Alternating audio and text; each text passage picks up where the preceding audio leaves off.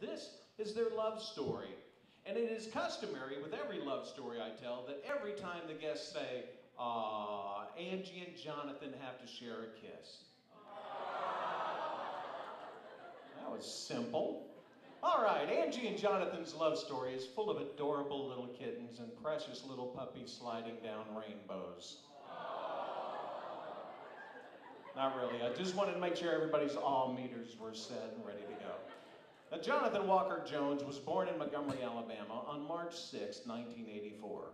He joined older brother Joey, and 2 years later, Jeremy joined the boys, and they became the infamous Jones brothers. They grew up in Macon, Georgia, where Jonathan was a Cub Scout / Boy Scout from kindergarten through senior year of high school, earning his Eagle Scout badge along the way.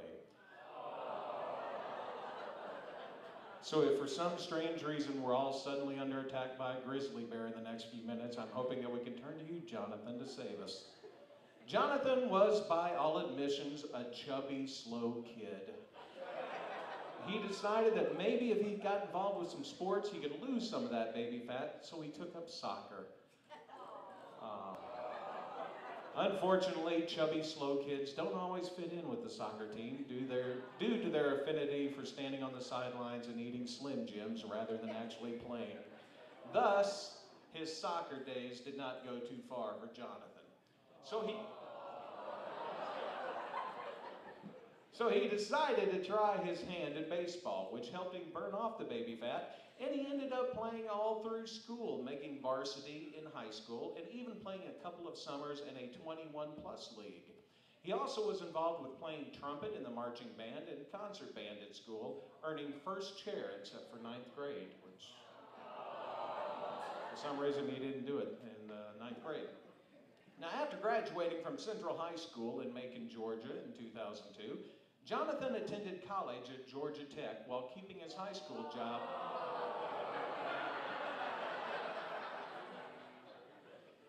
He kept his high school job at Steak and Shake for several years. He was then granted an internship at a granite rock quarry with Rinker Materials in Macon before graduating from the Georgia Institute of Technology in December 2006 with a Bachelor's of Science in Mechanical Engineering. Upon graduation, he took a well-deserved 2-week vacation and then started his job with Lufkin Industries in Cullman, Alabama. They find it sweet. I don't get it. Now, while all this was going on, a beautiful baby girl by the name of Angela Nicole Shaddix was born on April 30th, 1987 in Decatur, Alabama.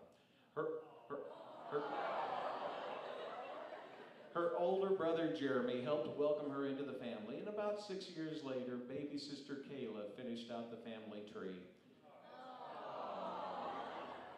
Angie grew up in Fairview and was a busy little girl straight out of the womb. She started playing t-ball when she was 5. One day, while playing, she was chased down and tagged out by a boy.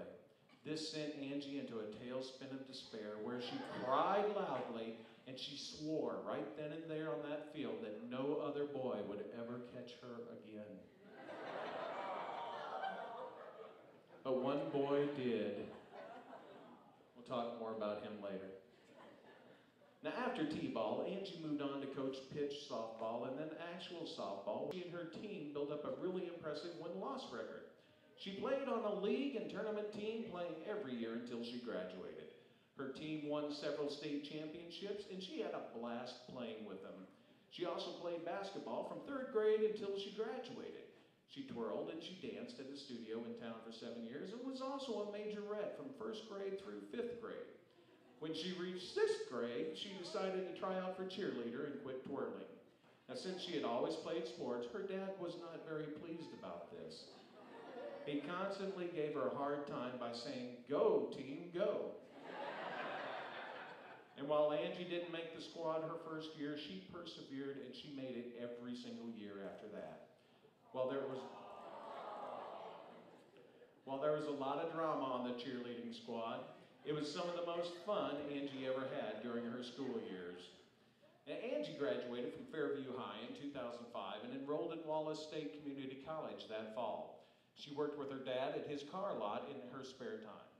Once she finished Wallace, she transferred to Athens State, getting a job at a local bank and working there until she finished school, graduating with a Bachelor's of Science in Mathematics and a minor in Computer Information Systems.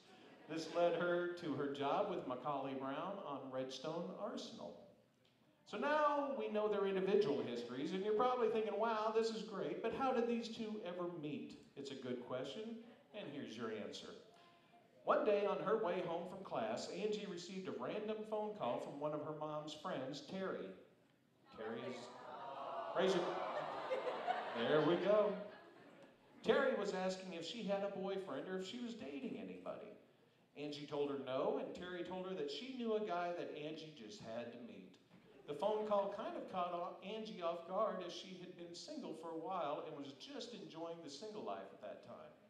Terry said his name was Jonathan, and she told Angie a little bit about him. She said that he had been hanging out with her daughter, whom Angie had known her whole life, and her daughter's boyfriend. She asked if she could give him her number, and Angie told her she could. Angie thought if all else fails, this guy could at least use a friend, since there's not a lot to do in Cullman, and nowhere to hang out and meet people. Jonathan waited the obligatory 3 days, and then he called Angie.